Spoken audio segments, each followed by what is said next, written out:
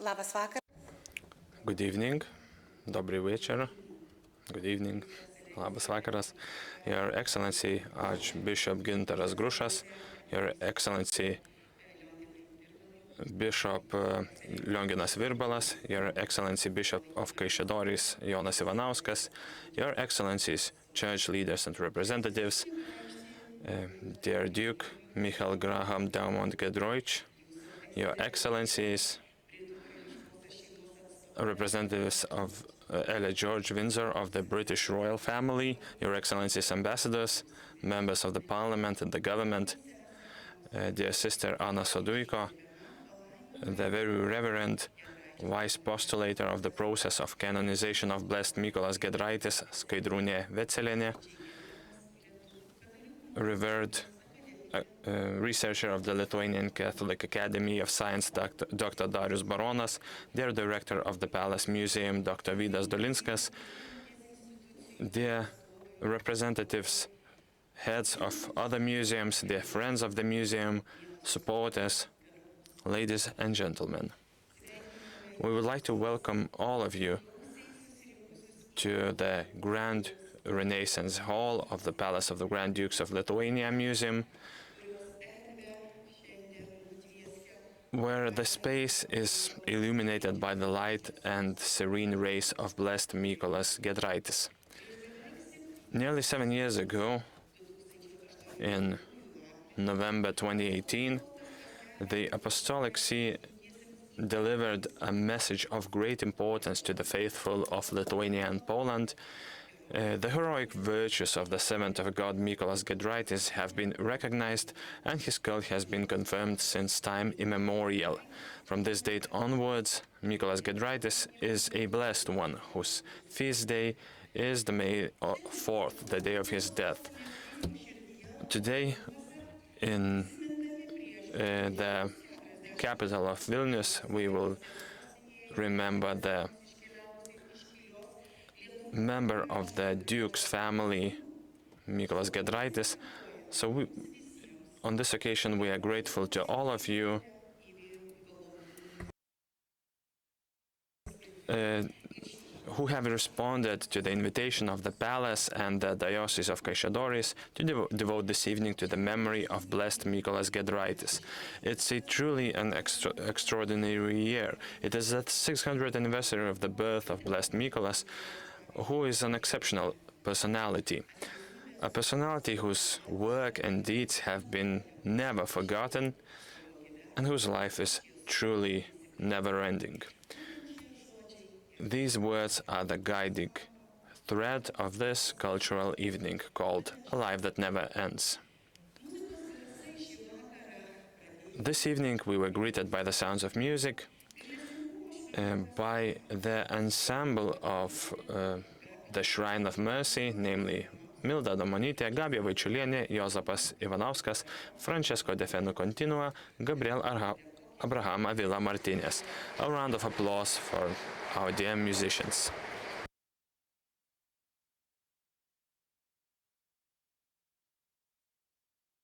So we listened to a composer from the 16th century, Giovanni Pierluigi da Palestrina, called Confitemini Domino, and a work by the late Renaissance Italian composer and singer Luca Morenzi called Et Res Patientes. We are going to hear the music a bit later again, and now we would like to give the floor to the head of the museum, Mr. Vydas Dolinskas, who is celebrating a personal celebration. And I think we can congratulate him on behalf of this anniversary. A round of applause to Mr. Dolinskas.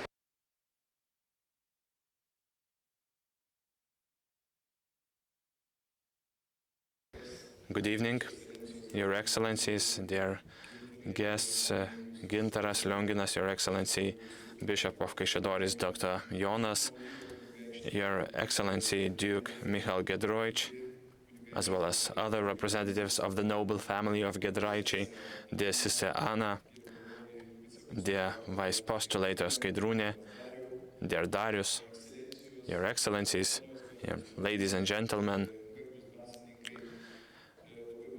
I'm really glad to welcome you in this hall. We had a bit different scenario at first. His Excellency Mr. Jonas Ivanauskas was supposed to be the first one to take the floor, but he decided that I should begin. I feel a bit awkward because of that, but well, what can you do? So the Palace Museum was very pleased when His Excellency visited us together with Mrs. Skaidrūnė, and they shared this initiative with us that in this historic residency of the Lithuanian rulers, we have to organize an evening to get to know better an exceptional personality of Blessed Mykolas Giedraitis, by the way, a contemporary of Saint Casimir, and to properly celebrate the 600th anniversary of the birth of this Duke. And in general, the Diocese of Kaišiadorys can be proud of a number of both blesseds and cardinals, and we are very glad to be able to contribute to this important evening. While thinking about this evening, I remember that in 1990-something, a team of clergy and professors came here to collect material on the life of Blessed Mykolas Giedraitis for an unofficial church case. I had an honor to help them, to assist them, to orient themselves in Lithuania and in Vilnius. So Mykolas Giedraitis has been on my mind for years. An additional incentive for such an event, as you have probably seen already, was the fact that Dr. Darius Baronas prepared, together with the Institute, they published only today. You can still smell the print. So he prepared a book on the life of the Blessed Mykolas Giedraitis, so this is a very great occasion as well. The Palace of the Grand Dukes is a very appropriate venue for such a celebration of Mykolas Giedraitis, as the Giedraitis family, as has been mentioned, is an old family of territorial Lithuanian nobles who have played a very important role in the history of the Grand Duchy of Lithuania and our nation in general. Maybe Mr. Mykolas Giedraitis, on his way to the monastery, which was close to Vilnius, may have visited the castles of Vilnius, but whether this has happened or not, only Darius Baronas can answer himself. Maybe he could discover some traces of Mr. Mykolas Giedraitis in the territory of the castles, but many other members of the family have left their mark here and are connected both to the Vilnius castles and the Palace of the Grand Dukes. For example, Povilas Giedraitis, whose origins are a bit mysterious, let's say, was a steward and castellan in Vilnius in the 16th century. At the end of the 18th century, Leonas Giedraitis was the commander of the garrison of the Vilnius castles, and the legendary prelate of Vilnius Cathedral and legendary bishop of Samogitia, Mykolas Giedraitis, was the pivot around which the history of Lithuania revolved, including the one that took place in this Palace of the Grand Dukes. Mykolas Giedraitis was a member of the Council of the Lords, often substituted for the Bishop of Vilnius. He assisted him in this regard, and in the Vilnius Cathedral in 1580, by the way, in May, it was Mykolas Giedraitis who presented the Polish-Lithuanian ruler Stefan Batory, who became one of the most famous Catholic rulers in Europe at that time. He presented him with a consecrated sword and hat sent by Pope Gregory XIII, and in the presence of the nuncio Giovanni Andrea Cagliari. A ceremony that was treated by Lithuania as a demonstration of the elevation of the ruler to the Grand Duke of Lithuania, even though the insignia was different, but the ceremony was very similar. So it was a manifest of Lithuanian sovereignty in a sense. And Merkelis Giedraitis supported Canon Mikalojus Daukša and chronicler Motiejus Strijkovskis and became an apostle of the Catholic reform and that of the Lithuanian identity in a sense. And as a prelate of the cathedral and a bishop, he is closely linked to this place. As many as 4 representatives of the House of Giedraitis became Catholic bishops, and then there was a saying that if you are a Giedraitis, you're always a bishop. And many more representatives of the family became prelates, canons, and monks. One of them, commemorated today, Mykolas Giedraitis, was already considered blessed in the 16th century. Considered, even though not officially. Few Lithuanian nobleman families could boast of such a history of spirituality, merits for the faith, the church, as well as Lithuania and Lithuanian culture and language. It is noteworthy that the noble house of Giedraitis is alive, active, and maintains ties with Lithuania. This is evidenced by the stories of the legendary publisher of the magazine Kultūra, the intellectual Duke Jerzy Giedroyc, or as we say, Jurgis Giedraitis, or the Oxford professor Duke Michal Giedroyc, who used to say, call me Mykolas Giedraitis, so this is precisely what we are doing, and their stories are very exceptional. This evening, and the representatives of the noble house of Giedraitis only testified to the vitality of the tradition of historical ties with their ancestral Lithuania.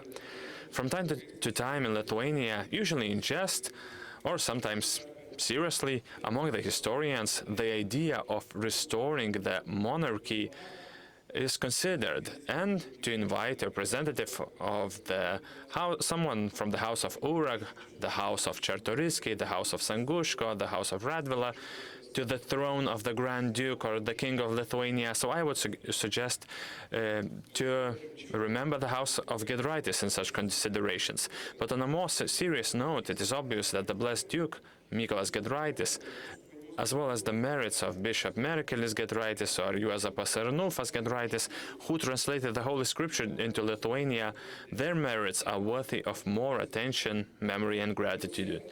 Therefore, as I congratulate us all on the anniversary of one of the patron saints of our country, Blessed Duke Mykolas Giedraitis, I can only confirm the promise I made to His Excellency Dr. Jonas Ivanauskas, Bishop of Kaišiadorys, that after the exhibitions dedicated to the House of Sapiega, Radvilas, and Pats, the Palace of Museum is seriously considering to pay tribute to the House of Giedraitis with a separate exhibition.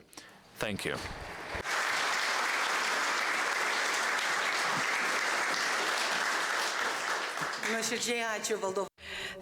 Thank you to the director of the Palace of Dukes, Vydas Dolinskas. Thank you for speaking about the historic links, historic ties of the family, and thank you for the promise to organize and hold a new exhibition dedicated to the family of Giedraitis. And now I would like to give the floor to His Excellency Bishop of Kaišiadorys, Jonas Ivanauskas.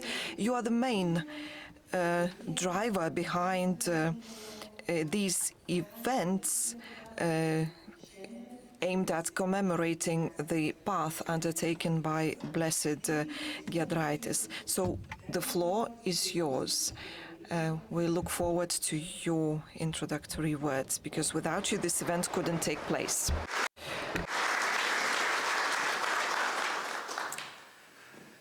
Labą vakarą visiems. Good evening. Dear Director of the Palace of Dukes, Your Excellency Duke Giedraitis and your spouse, I would like to also welcome the representative of the royal family, representatives of the institutions, dear guests and friends who I feel are always very close and who really value the memory of Mykolas Giedraitis. Let me first thank you, dear Director, for this opportunity to commemorate the 600th anniversary of the death of Blessed Mykolas Giedraitis.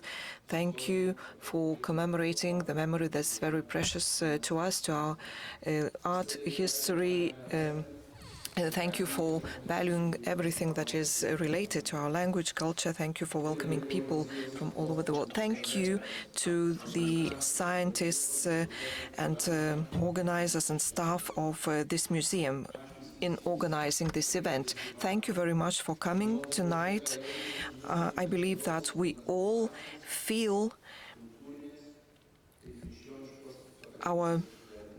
the value of our national and Christian identity. I would like to remember the persons who have influenced us and who have made an impact on who we have become. I believe that we were influenced by the Blessed Mykolas Giedraitis, who is known to us. I would like to take this opportunity and thank the historians, especially Aldona Prašmantaitė, also Darius Baronas, art historian Asta Giniūnienė, the Lithuanian ambassador at the Holy See, Mrs. Žilienė. I would like to thank the organizers of the artists' residences. Thank you to the translators. Thank you to the Museum of Molėtai. Thank you to journalists. Thank you to those who are lovers of Molėtai region. Thank you to the representatives of Giedroyc family. And thank you to Michal Giedroyc and his wife. And thank you to all those who have discovered and who help us to discover the Blessed Mykolas Giedraitis, who is very dear to us. We commemorate Blessed Mykolas Giedraitis, who comes from a Lithuanian noble family.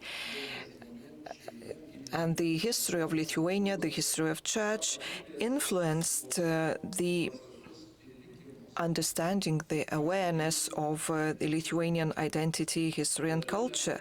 We need to thank God for helping us to survive, but we also need to discover things and to bring them back. We need to understand what we have and what is precious. The family of Giedraitis has given a lot to Lithuania and especially to the church. They have spread the faith and culture, they fostered the language, they promoted education. 4 Samogitian bishops, a number of priests, monks and public and state figures. And I would also like to mention Juozapas Adolfas Giedraitis, who was the first to translate the New Testament into Lithuanian in its entirety. The coming Saturday, we will celebrate this anniversary in the parish church of Vidaniškiai. It is the likely birthplace of Blessed Mykolas. I warmly invite all of you to participate in the celebration. It would be an understatement to say that Brother Mykolas, Duke Mykolas, Blessed Mykolas, had a disability. It would not be sufficient to mention that he did the simplest jobs, that he was a humble and modest monk. The depth of his holiness was a deep, constant, and living prayer relationship with Jesus. He was a mystic of deep faith, who embodied the experience of love for God by serving those most in need and those left behind. Thank you.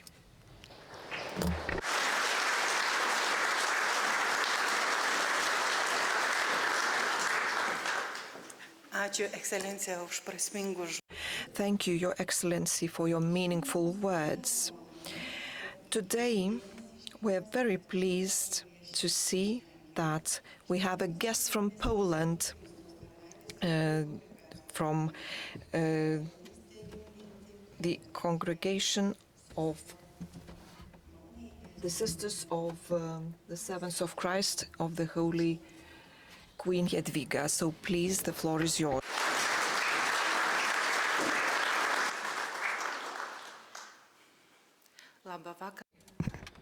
Good evening, blessed be Jesus Christ.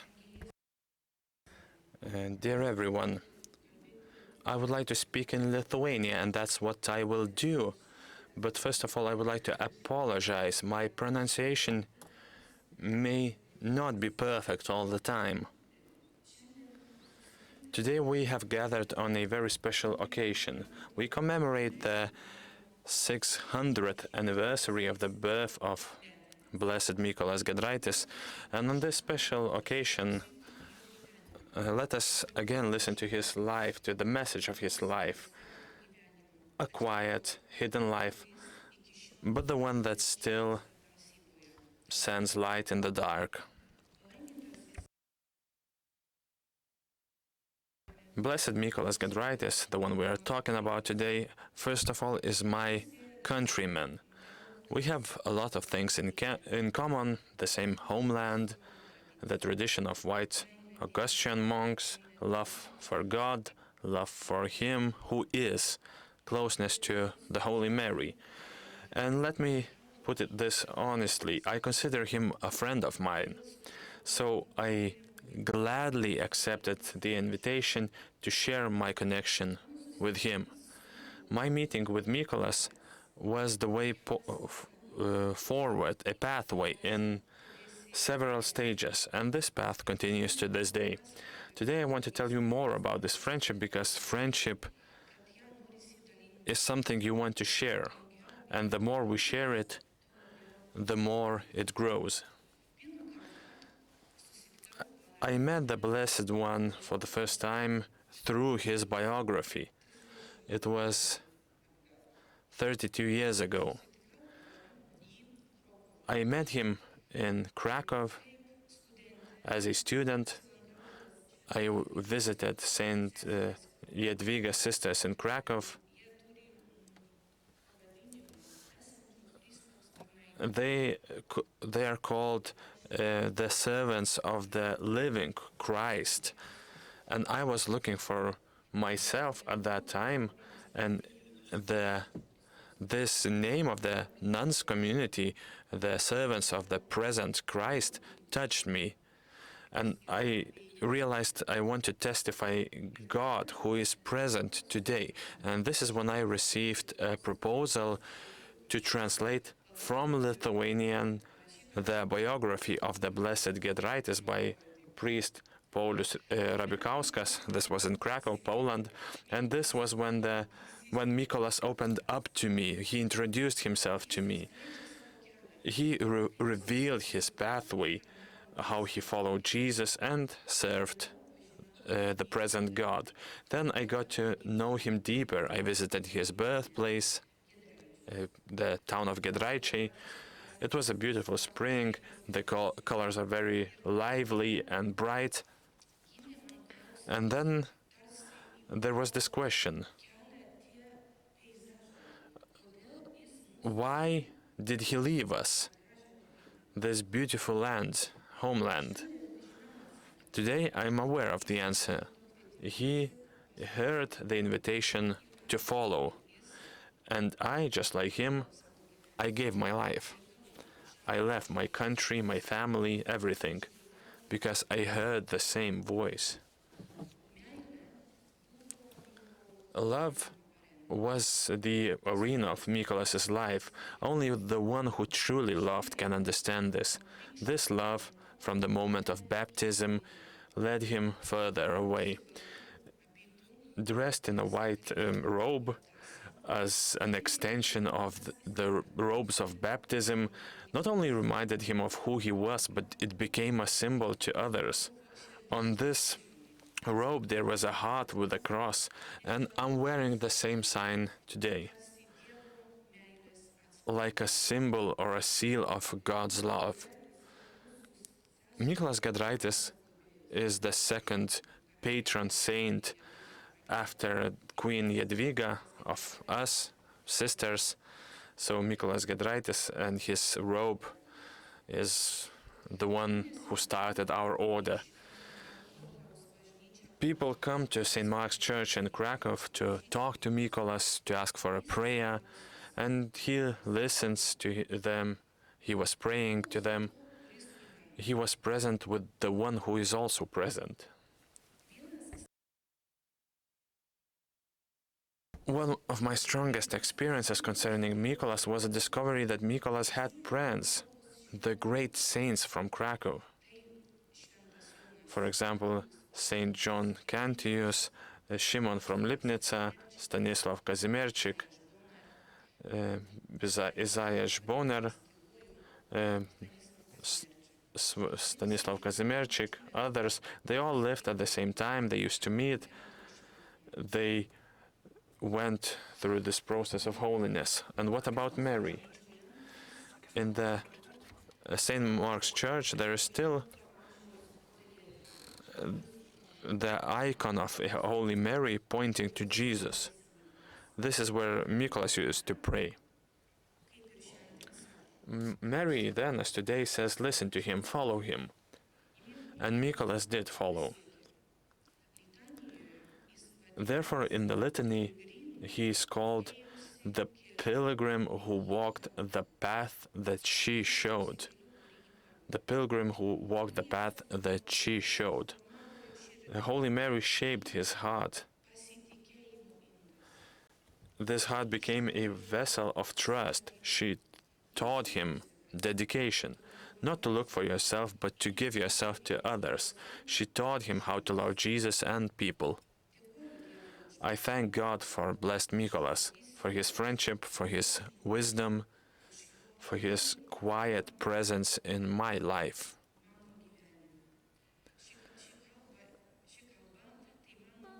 This speech is a sign of my gratitude to Mykolas. His Lithuanian origin has a lot of meaning. He was born shortly after the Union of Kreva, when Lithuania accepted national baptism. This was the time when Lithuania got united with the West and Christianity, and Mykolas was a spiritual fruit of this union. He was a proof that two cultures can be merged, that of Lithuania and that of Christianity. For the most of his life, he was a sacristan. He didn't write treatises, he didn't speak from the pulpit, and yet his holiness attracted people, because Mykolas showed holiness is fidelity in a daily life. Holiness is fidelity in everyday life. Small things done in a great way, that is the secret of Mykolas, not some external effects, not our works that lead us to heaven, but the love we put into them. Why is it worth talking about him today? Because we live in a world of noise, in the world of self-advertising, the world of screaming, and he, Blessed Mykolas, teaches us silence.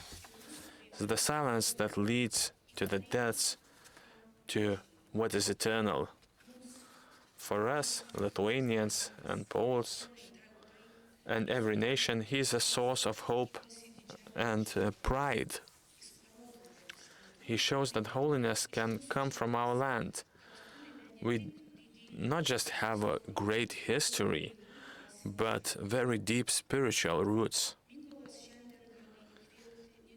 Mykolas can inspire not only the believers, he can also inspire those striving for peace, for harmony, for communication, not through politics, not through interests, but through shared values, faith, faithfulness, humility.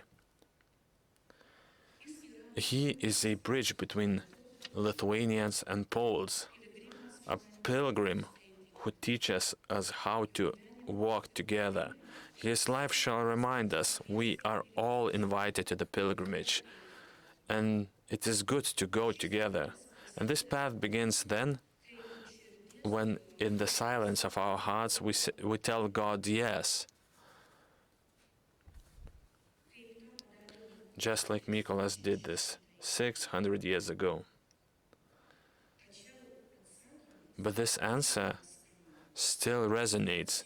It still illuminates the road. Let this anniversary not just be a memory, let this be an invitation into the depths of our spiritual life, the renewal of the heart, a new trust in God. May the silence of Blessed Mykolas awakens within us the desire of holiness. Thank you.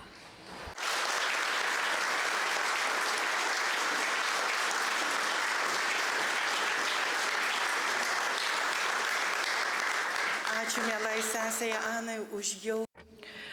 Our sincere thanks to our lovely Sister Anna for her warm, inspiring greeting. It has been mentioned many times today that Blessed Mykolas is a member of the famous Lithuanian family of the Dukes of Giedraitis. The Lithuanian nobles descended from the legendary Duke Giedrius, who, from the 13th century, built their family, their nest, around the towns of Giedroyc and Vydas, and made a significant contribution not only to the history of the Grand Duchy of Lithuania or the Republic of the Two Nations, but also enriched the world of science and culture in Europe with their intellectual and spiritual activity. We're extremely pleased today that representatives of this family, of Giedraitis family, are today spread throughout the world, but they have come here, and we would like to invite Miko, Graham, Cornelia, Alex Giedraitis, who will address us from the screen. Welcome.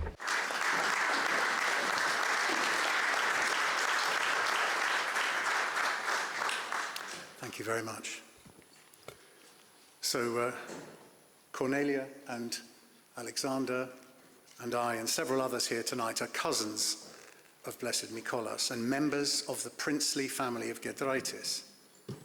But the psalmist warns us that we should not put our trust in princes. Jesus Christ tells us that whoever does the will of my Father, that is my brother and my sister. I'm sure that the humble Blessed Mykolas would have agreed. So what possible relevance can we, blood relatives of Blessed Mykolas, be to him and to Lithuania? Unlike the psalmist and unlike most nations in the world today, Lithuanians look on their previous nobility with pride. And I believe that we should respond to this surprising magnanimity with gratitude, humility, and an attitude of service, placing what resources we still have towards Lithuania and its Catholic Church. And in the case of Blessed Mykolas, with whom we have a biological bond, whose significance is mysterious, but also wonderful, we should serve his cause with humility. And in that, he is not only our object, but also our ideal role model. I've asked two much younger family members, and I've worked out that their combined age is significantly less than my age, Cornelia Giedraitite and Alexis Giedroyc, to talk about Blessed Mykolas, family, history, service, and faith. Cornelia. Thank you. Labas vakaras, gerbiami. Good evening, dear guests. The last 250 years have seen very dark times for our country, and its Catholic Church and its holy men and women, including Blessed Mykolas, have been its primary source of hope and inspiration. From 1864 to 1904, the Tsarist regime forbade the printing in the Latin alphabet in Lithuania. During this period, the illegal distribution of religious literature became especially important, and the lives of saints, including that of Blessed Mykolas, were repeatedly published underground, and he encouraged people not to give up. Though of noble birth, he became a symbol of humility and Christian love, and he inspired thousands of Lithuanians to remain hopeful and resolute during the times of trial and to continue their fight for freedom. Under the Soviets, the Chronicle of the Lithuanian Catholic Church was a shining example. It was secretly printed and distributed and it spread in the West, not only Lithuania. It also told us about the spiritual figures of Lithuania, including Blessed Mykolas Giedraitis. Lithuanians did not lose their national spirit, and religious holidays, community activities and education of children emphasized Lithuania's important figures and helped people to maintain their ties with Lithuania. And Giedraitis family always stood with the nation of Lithuania, and even during hard times. Jurgis Giedraitis, honorary citizen of Lithuania, was a towering figure in the re-establishment of democracy throughout Central and Eastern Europe. Of special note to us Lithuanians is his passionate belief in dialogue between Lithuanians and Poles. Bishop Juozapas Anulfas Giedraitis was the first to translate the entire New Testament into Lithuanian. He also promoted primary education. Bishop Simonas Giedraitis protected the participants of the 1831 uprising from being deported to Siberia. Juozas Giedraitis was a lieutenant colonel in the Lithuanian military and a member of Vaiteitininkai and the Lithuanian Riflemen's Union. What does it mean to me to be a part of Giedraitis family? Well, mainly it means that I'm accompanied by the spirits of those who came before me, noble personalities such as Blessed Mykolas, Juozapas Anulfas Simonas, and Juozas Giedraitis. It feels as if their legacy walks with me, not as a burden, but as a quiet, steady strength. Whenever I'm facing challenges or making choices about my future, I carry in my heart the same values they lived by: faith, love, and duty. It reminds me that nobility is not in titles or appearances, but in the courage to be kind, to stand for what is right, and to serve others with humility. Giedraičiai is not just a name, it's a calling to live with grace, even when the world does not make it easy. Thank you.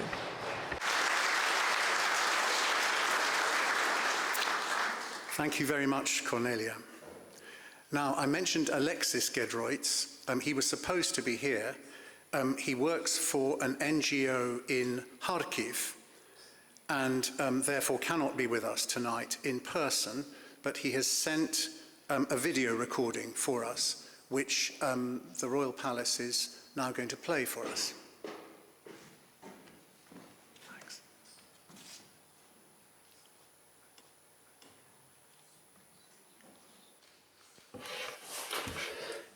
Labas vakaras, iš Ukrainos. Good evening from Ukraine. Volunteering at the Przemyśl train station by the Ukrainian-Polish border, an old lady, exhausted and uncertain how to proceed, showed me her ticket. To my great surprise, it showed that her journey had started at Giedroyc Street, Kyiv, Ukraine. It was a moment for me. The vast and confusing Eastern European realm are where Blessed Mykolas and indeed cousins Miko, Cornelia and I come from. I belong to the Russian Giedroyces, with a Serbian-born grandfather, a Belgian-born father, and a French-Italian mother. Countries have changed beyond recognition over the centuries, often tragically, but family ties are constant. Over the last 3 years, I have made Ukraine my home, this old, tortured and holy land, which once formed part of the Polish-Lithuanian Commonwealth, has seeped into my bones and my soul. How does this concern Mykolas? Well, Ukraine is a deeply Christian, religious and spiritual place. Its people, their dignity and their faith have brought me and countless others closer to God, and in my case, my blessed kinsman. Mykolas, a Lithuanian, gave his life to God and lived as a holy man, a Stariets, at St. Mark's in Krakow. The age-old church is a reminder of his dedication to the poor in a part of the world where suffering was, and still is, widespread. Each time I return to Ukraine from France or England, I must fly to Krakow, as sadly the only things flying over Ukraine now are Russian missiles and drones. The long journey back to war-torn Ukraine gives me the opportunity to attend Mass, pray, or simply walk past St. Mark's. To do so often is a privilege and a blessing. As is the discovery of Ukrainian Giedroyces, who are now friends and mentors, and British Giedroyces, some of the closest supporters of our charitable project in Ukraine, and Lithuanian Giedraitises, here in our mother country, here tonight. The good and the tragic come hand in hand in our family. 18 months ago in Kharkiv, I was shown the building a Giedroyc Giedraitis was shot dead by the NKVD. However, 400 meters from that spot is a plaque dedicated to Mykola Giedraitis, who had founded an art museum in Kharkiv. What does it mean to be a Giedroyc Giedraitis?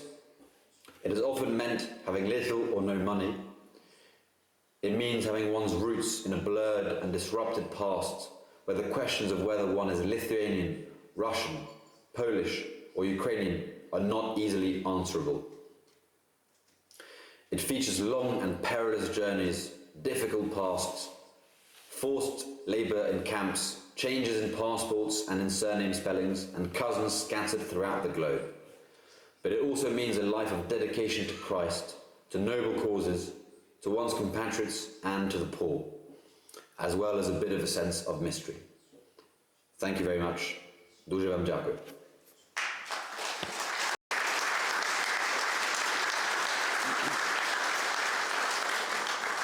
Thank you, Alexis. So I want to finish by talking about how we can serve the cause of Blessed Mykolas. I'm very aware tonight that I'm surrounded by bishops, religious and historians, and I would ask you please to indulge me. Look on me as King, Grand Duke, Alexandras or Žygimantas I Senasis Jogailaitis would have looked upon their court jester, Stančiukas. The challenge we face, I think, is obvious. If you put Lithuanian saints into Google, you will struggle to find Blessed Mykolas mentioned. I recommend that you do that this evening. For example, the Vilnius Pilgrim Center's official Saints of Lithuania has 11 names, and these are shining names of wonderfully holy men and women, but Blessed Mykolas is not one of them. The reason, as most of us know, is that in older age he lived in Krakow, where he died, and his causa subsequently wilted between the two polities of Poland and Lithuania. I would submit that there are 3 reasons why Blessed Mykolas should be on every list of Lithuanian saints. Number 1, he's a real Lithuanian Catholic. In that list of 11 saints, there are only 3 Lithuanian surnames. They are obviously Jogailaitis, Matulaitis, and Matulionis. And 3 other of those saints, Jonas, Antanas, and Eustachius, were Orthodox converts, although subsequently recognized as saints in Rome. Second, Mykolas was a generation and a half older than Saint Kazimieras. He was born in, as we know, 1425, and I think Kazimieras was born in 1465, is that? I think so. So I would argue that Blessed Mykolas embodies the transition from late medieval paganism, without which Lithuania would not be Lithuania. And his father was born a pagan. I think Sister Anna did mention this. Third, and most important, Blessed Mykolas, humble, diminutive, impoverished, the disabled, fasting and praying anchorite, is exactly the sort of saint that the church needs today, I believe. You can put saints on a spectrum between heroic and humble, and in this part of the world, for obvious reasons, heroic virtues prevail. But as the world darkens, and our churches are in many parts of the world very empty, young Christians need humble saints who exemplify love and service. So, the profile of Blessed Mykolas depends ultimately upon devotion amongst the faithful, and that is the business of the Holy Spirit. But we can help. Here are some ideas. Blessed Mykolas could be made a patron of Lithuania. Lithuania has only 2 patron saints. I hope I've got my facts right. Lithuania has only 2 patron saints, one of whom, St. Jurgis, who is also the patron saint of my home country, England, St. Jurgis, who is an Anatolian Greek, and the other, St. Kazimieras, is half Austrian. I also note that Saint Bridget, of the wonderful Saint Bridget of Sweden, who was also born nobly into a noble family, lived for over 20 years and died in Rome, and her remains were all returned from Rome to Vadstena, where they are now. And if Blessed Mykolas cannot be made a patron of Lithuania, perhaps he could be made a patron of a region or a cause like disability. One day, Blessed Mykolas will be canonized, and that, of course, will be transformative. But please note that Laura Vicuña, who is a blessed and not yet a saint, is nevertheless patron of Argentina. Dedication or joint dedication of churches in Lithuania to Blessed Mykolas with further transfers of holy relics would be wonderful, would be very desirable. Events for specialists, such as this, are also wonderful, but we need the help of the media to tell his story widely. We need a Song of Bernadette. We need a Zeffirelli, Brother, Sun, Sister, Moon for Blessed Mykolas. I ask you to imagine a church in Lithuania dedicated to Blessed Mykolas, which hosted a website with all the possible resources to him, instantly accessible, and ran a communications campaign for him with 1 million viewers. Rimantas Giedraitis' Facebook page, which gathers news on Blessed Mykolas, is a very good first step in this direction. Thank you very much.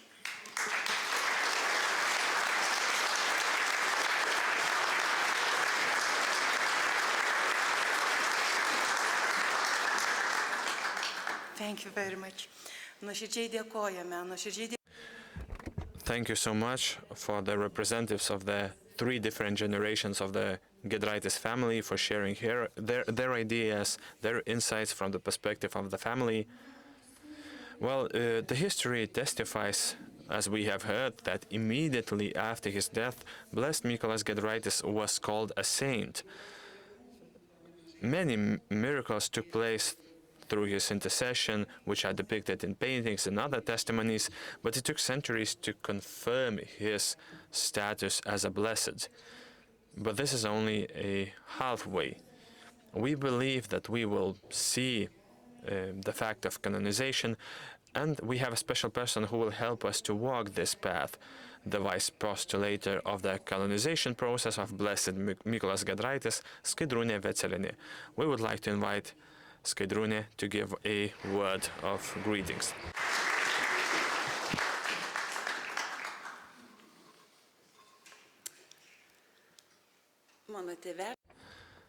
My father loved Lithuania. When he passed away, I felt a great emptiness and pain, just like everyone who went through such an experience.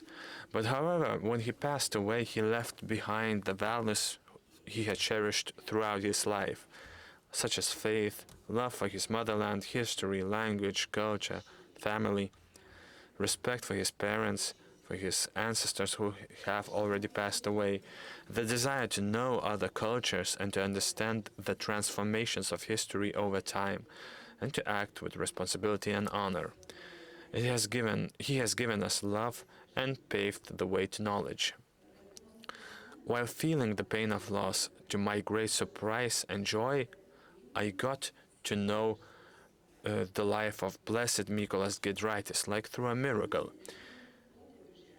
He was born and raised and reached spiritual maturity in the land of my grandparents and ancestors in the Molėtai region. The Blessed Mykolas Giedraitis turns a new page of a 7th century since his birth, inviting us to look back to the Christian origins of our culture, nurtured by the noble house of Giedraitis. For example, faith. Being of noble origin, he was one of the first ones to choose the path of the canons regular of the Penance. Education. After leaving as a novice of the monastery, he completed his studies in Krakow. History. Later written by Motiejus Strijkovskis with the support of the Samogitian Bishop Merkelis Giedraitis. His mother tongue, into which the New Testament is translated under the auspices of Bishop Juozapas Arnulfas Giedraitis. And even today, Blessed Mykolas Giedraitis invites us to cherish the Christian values which were nurtured by our ancestors over the centuries and which have shaped us. He extends his hand to the disabled, to sacristans, to those who have gone abroad to live or to study. He unites the peoples in friendship. He opens his heart to all those who ask for his intercession. When, almost 3 years ago, in Krakow, encouraged by Sister Adelaida, I wrote the words in the guest book of the Liturgical Institute, "My journey with Blessed Mykolas is just the beginning." I could not have imagined that together with those who got to know the Blessed and the Faithful, we would be asking for his intercession and would be taking part in the celebrations of the 600th anniversary of his birth. Distinguished guests of the evening, hosts of this magnificent palace, let me invite you all to on 10th of May, this Saturday, to the main celebration of the anniversary of Blessed Mykolas Giedraitis in Videniškiai, Molėtai district. A conference is going to begin at noon. Mr. Darius Baronas is going to give a presentation. Also, Asta Giniūnienė, I cannot see her right now, and as well as Dr. Jakelaitis, who is also going to be a presenter during this conference. And the Mass will be celebrated at 3 p.m.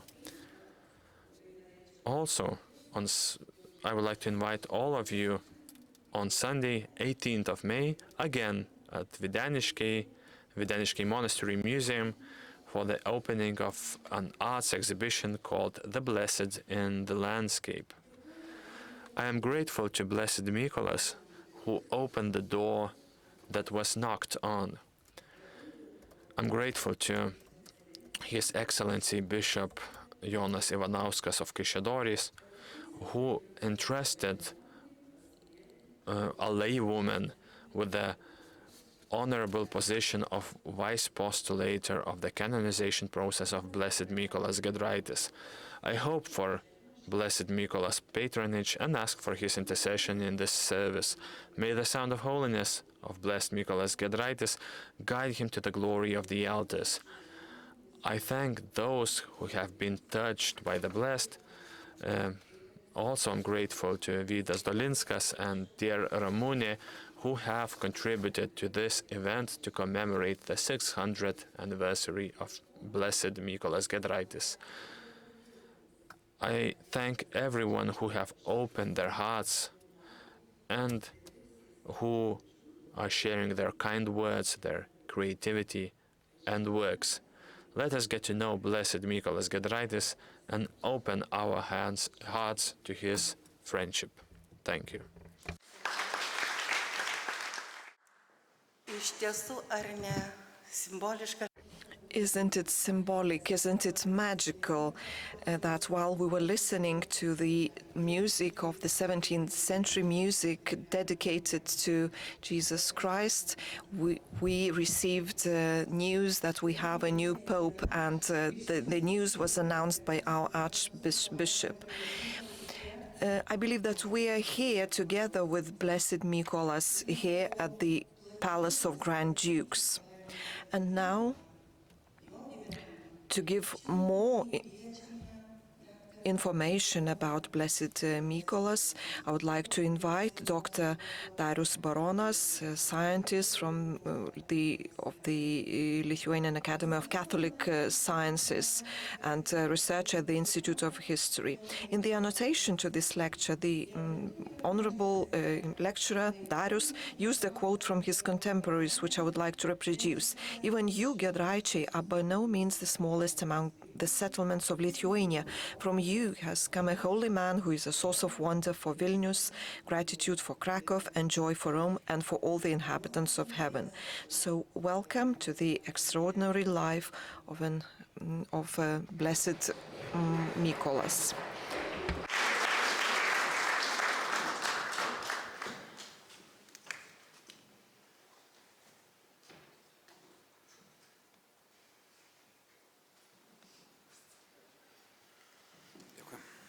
Labas vakaras. Good evening. dear guests, dear compatriots,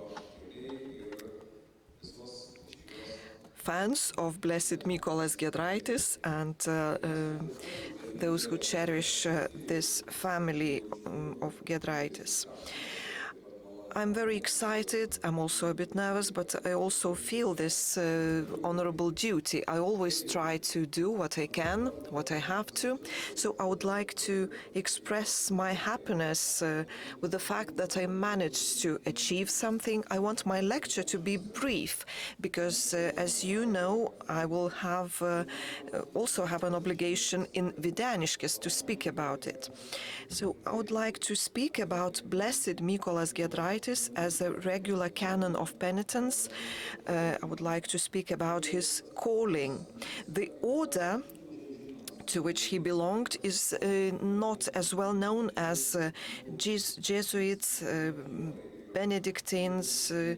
I think that even the priory order is better known than regular canons. And the life of Mykolas Giedraitis has also been hidden, and it is only recently that we started discovering it. And in general, the life of canons is hidden. They were quite popular in Lithuania, and we can take a rather long period of time, starting from the 14th century to the 18th century, and they actually flourished in the diocese of Krakow and in the northeast Lithuania. We usually follow the Polish example. We try to cherish our heritage, we try to follow their values and their virtues, and in this case we can speak about an interesting exchange. At a certain point in time in Lithuania there were 18 regular monasteries, whereas Poland had only 5, and the name itself, I usually call this order the regular canons of penitence, but you can see the Latin name is a very complex one. It is a long one, and it is even difficult to read it in its entirety. So why is this order, and why the members of this order are called regulars? So these are regular canons. And they are regular because they live according to the regular. They are like statutory staff. They are like servants abiding by certain statutes. So they live according to the regular. And those canons, those monks, promoted the virtue of penitence, but they were also dedicated. They were dedicated to constant conversion, to constant renewal, and to their relation with Christ. Mykolas Giedraitis, towards the end of his life, even became more pious. Well, you might think that when you are young, you have a lot of strength and a lot of power to pray. But he actually practiced his virtues throughout his life. Why are we talking about martyrs here? Well, the tradition of the first ages of Christianity was very important to these monks. The first Christian martyrs were also important, and this order was established in the second quarter of the 13th century. So they are contemporaries of the Franciscan and Dominican monks. And I should also mention that martyrs were also crusaders. We in Lithuania usually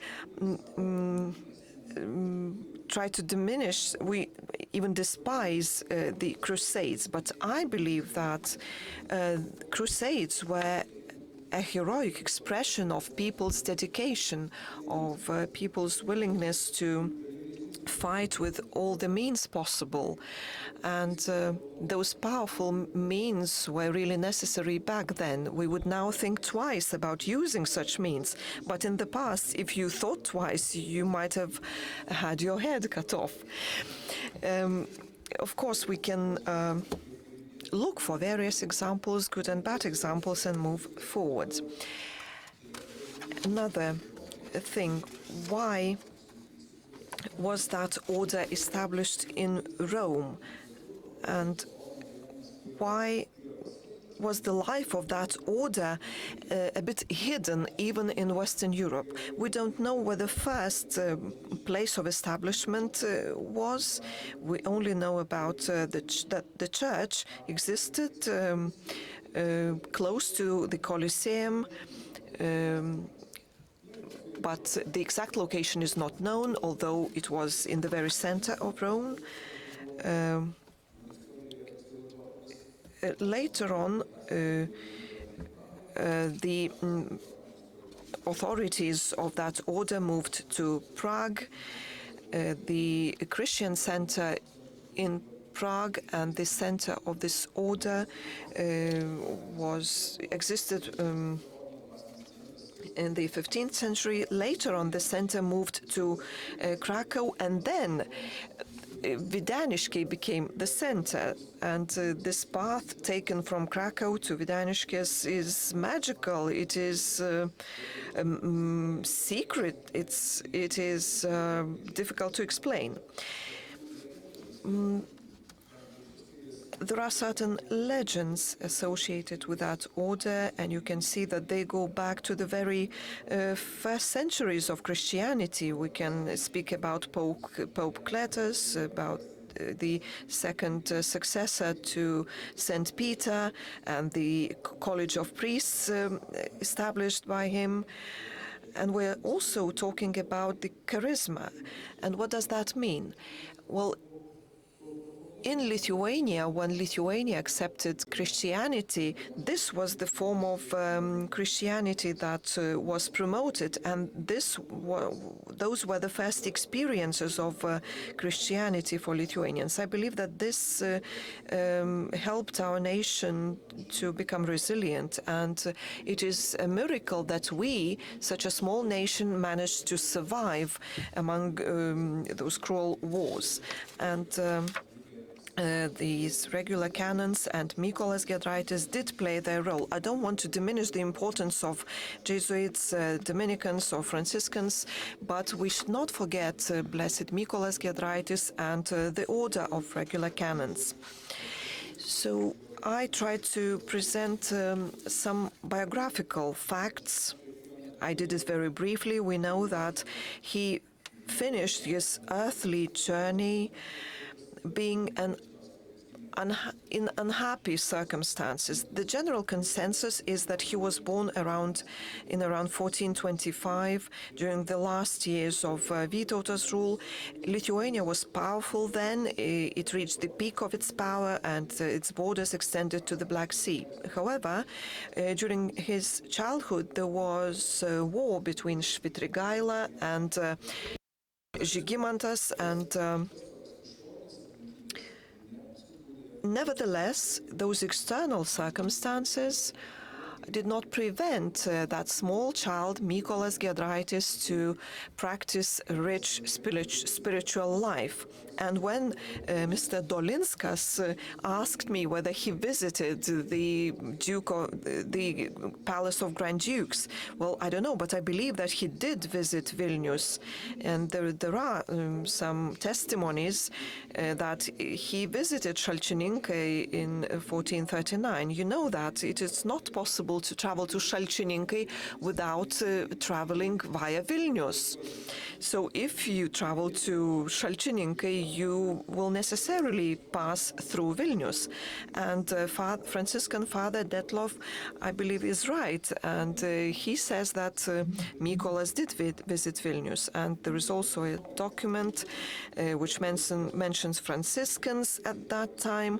So I believe that not only the Diocese of Kaišiadorys should take care of the memory of Mykolas, but also Vilnius should remember Blessed Mykolas Giedraitis. And I would like to join this invitation to do our best to make sure that Mykolas Giedraitis becomes one of the patron saints of Lithuania.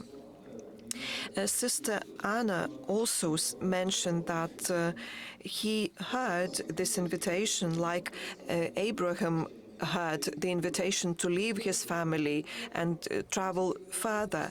So he went to Krakow, but he could have gone to Skaidrūnė in Lithuania, and this would have been the same. He could have hidden anywhere. But why did he choose Krakow?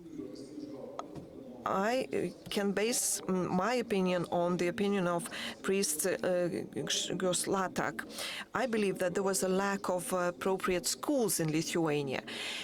He suffered from physical disability, and he lived in unfavorable circumstances, but he wanted to know Christ, and that's why he chose to travel to the University of Krakow. I'm speaking about spiritual things, but we should remember that universities were schools of spiritual lives, first of all. They were the centers of spiritual thought.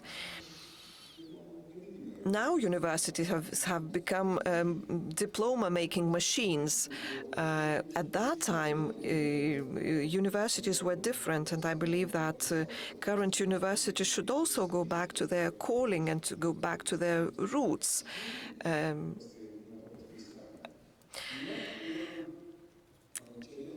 And so who was he? Polish historians and Polish monks did a lot to explain this. And there was a research carried out which showed that when he was in the monastery in Krakow, he was the brother conversus, he was a Christian, and it was an honor, and that position was not open to a secular person. And also when it comes to his spiritual life, I heard about him about 20 years ago. Before that, I didn't know anything about Mykolas Giedraitis, but I decided that I need to know this wonderful and mysterious personality better. I tried to understand him and to assume my duty as a historian so that other people could know him and could find a path towards Mykolas Giedraitis. When it comes to his life, described by Janora Orandinets, it was very interesting for me. It was like a diptych in a sense. He was living somewhere around Giedroyc, and then he blossomed in Krakow. And when I was reading, if somebody of you will read this text, you will see that his piety to the crucifix, when he was young, he always wanted to be humble, to see the example of humble Christ, and in order to do that, he was wearing a cross on his neck. Well, what about that, you may ask? We may have different views towards this, and some people still to this day face inconveniences, but this only proves in Krakow that he spends hours meditating in front of the crucifix, who is displayed in the Krakow St. Mark's Church to this day, the very same image. He liked to be alone around Giedroyc, but he could practice this as well around so many people. Krakow was a megapolis like New York of today. So I think this is very important. This can be easily discovered. Another thing, if you read this book about his life, you can see that he was humble. Humility was important for him because he thought that Jesus Christ was humble as well, who accepted the death, the crucifixion on the cross. And this was against the sin of against some major sins. And people before me spoke of these things as well. And of course, in our days, it will be interesting to read about these challenges, about all these things that he lived through. But how should I put this simply? I'm not saying that everything is imaginary, only metaphors, all these devils that were assaulting him.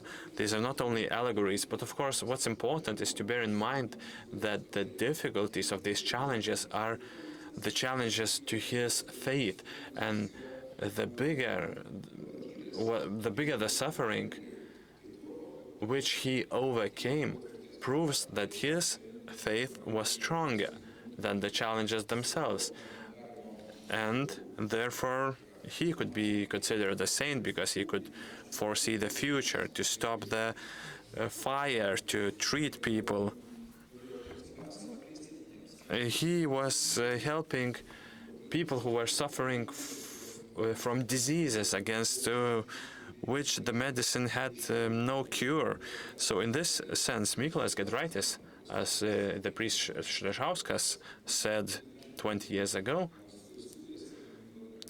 in his study on Mykolas Giedraitis, he said he was somebody who lived perfectly. Just imagine, from Lithuania, who was still almost pagan, he perfectly lived through these rules of the canons regular. And why is this monk order different from others? Is that the canons regular have priest in charge of one's soul, but also they're monks at the same time. Both priests and monks, these two roles, they take up monks' vows. So they unite these two different ideas. Martha and Mary. Mary is related to meditation, and Martha is the active one. That's why he was so interesting. And I remember this conversation I had a while ago with Ivanauskas, a Franciscan. He read the story of Mykolas Giedraitis. We had a conversation, and he said they were so modern. They were going towards people rather than waiting for people to come towards them. And this is a very good example. And the Church still needs this to this very day. And Judas Parolas, I'm coming to the conclusion of my speech. Yes, it's very fragmented, but that was unavoidable. So I want to say that the first monastery was opened in Bystrica. These were Lithuanian lands back in the day. Now they're in Belarus, 30 kilometers from Vilnius, close to Nemenčinė, next to the Neris River. Then they opened a monastery in Medininkai, 30 kilometers from Vilnius again. And then, in the beginning of the 17th century, when the cult of Blessed Mykolas Giedraitis was at its peak as well, the beatification procedure had begun. Then monasteries opened up in Videniškiai, Panemunis, Michailiškės, also Vilnius, Kemonis, Salakas. The whole northeastern part of Lithuania was dotted with these canons regular monasteries. They left a lot of monuments, especially I'm impressed the church in Videniškiai and their monastery. And even these days, I'm grateful to all the organizers for celebrating this anniversary of the Blessed Mykolas Giedraitis. Actually, he is returning to Lithuania in a physical sense as well. And I think we made a great deed. I think Rimantas Giedraitis contributed to this very actively, to return the relics from Krakow to Giedroyc. And this is a very important event when Giedraitis is coming back to his birthplace. And there are at least 3 locations where his presence is very strong: Videniškiai, Giedroyc, and Vilnius, a church of Franciscans. But another thing that I find very joyful, and I have contributed to this myself, but the Skaidrūnė Vetcelienė was the one who began this when she said that when the story of Mykolas Giedraitis should be translated to Lithuania. I had this idea in my mind, but when you have so much work, so much business, I would not have done this. But once I realized that new, huge initiatives are here, I could not resist. And again, there was this coincidence, not only the birthday of Vydas Dolinskas, but the book is published during the day of press and book in Lithuania. We can see that the production date is May 7th, 2025. And this was not a plan. We were not planning to have this published today. But these coincidences are very, very wonderful. And they bring a lot of joy and happiness. I'm also grateful for the fact that I'm never alone. I'm supported by my wife, but also by different specialists, of whom we have many in Lithuania. Mindaugas Dolinskas and his wife Ona Chilinskienė, as well as Liudas Jovaiša, who helped me to perfect this Lithuanian translation from Latin as much as possible, because in some places this Latin is very complex. And if those who read this will see that if I did something wrong, well, those who can read this in Latin, you will be able to find all the errors, because both texts in Latin and Lithuanian come in parallel. So everything can be done very easily, and I care about truth and all these things very much. So I want to do my job as good as I can. Also, I will never forget that Steve Rogel translated this life of Mykolas Giedraitis to English. And I think Giedraitis family should be grateful to him as well. Maybe those who live in the UK, let's say, and are not familiar with Lithuanian or Latin, to read this in the original language. So I'm grateful for Stephen, because he is very subtle in terms of English language. And even though he is not of the best health, he has so much work to do, but I'm so grateful that he managed to translate this book. And again, we know that English plays the same role that Latin used to play in the medieval times, and now it's even more global than back in the day. So everyone in the world can read this. Maybe we'll post this online someday in English, so anyone who wants it, who care about the life of Giedraitis, can learn from his life, and I think he has a lot to share. Thank you. Sorry if I made something wrong, and see you soon. Thank you.